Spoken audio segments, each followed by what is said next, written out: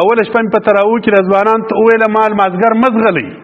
چې لمونځ مو وکړي نیم ساعت دلته کښېنئ باره ولاړ شئ چش کوئ روژه مات ښځې درته تیاروي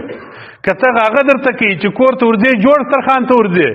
دا یوه د روژې میاشت ته مازګر دلته کښېنئ زه به لمونځ در شروع کړمه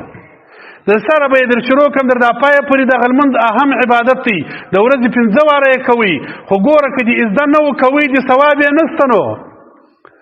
که دې یو ټکی غلط وایې معنا یې غلطېدله د لمانځه ثواب دې ګرده ولاړئ لمونځ یې زده که نو څوک نه راته کښېني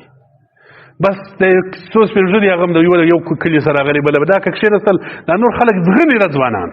چې دا مازې سلام یې وګرځوي ټوله ځغلي پر روډ باندې کښېني د روډ سیل کوي ننداره کوي په خلکو کې غیبتونه کوي درواغ و رښتیا وایي مجلسونه جوړي ما کتاب ورته وکتې خدای عز وجل ماسکر چې مې د دې هلته وکته چې سلام مې ګرځولی نو ټول سره ولاړ شول بس مې کتاب نه دی راخستی پرې مې شوی نه مې دی کړی بس قصد مې وکړي مال نیک کوم دا د دین اهانت کوم چې ته غوږ نه پرنیسې زه درته ګاډ یم دا ما ته د دین سپکاوی مال میرزی نه کوم سپکاوی بس دا یوه جمعه بله جمعه بیان درته کوم که د جمعې لمانځه ته راځي که بیان ته راځي درته وایم نور نه درته کوم دا مې قصد وکړي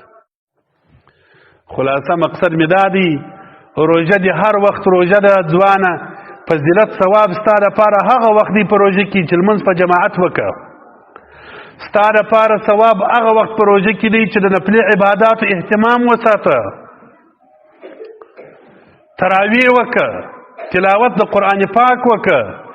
ذکر و اذکار وکړه اوراد وکړه علماو ته کښېنه لمونځ یې زده کړه زه خو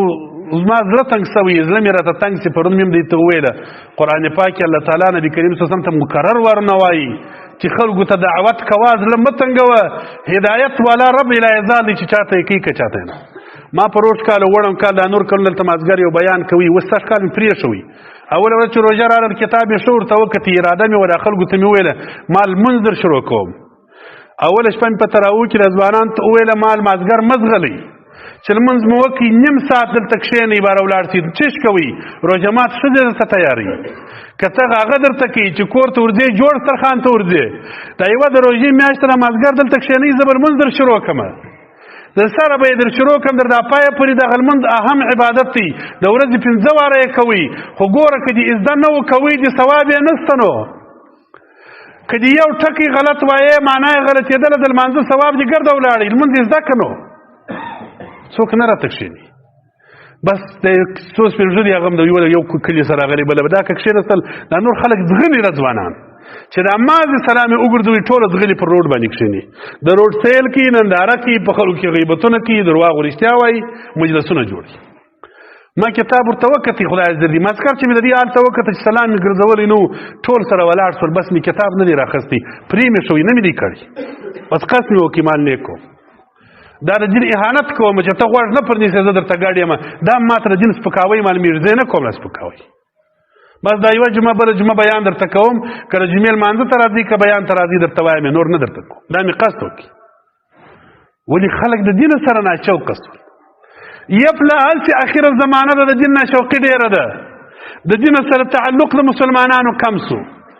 بلې خوا موږ د ملایانو په جامه کې څه بدبخته انسانان لرو چې ځان ته مسلمان وایي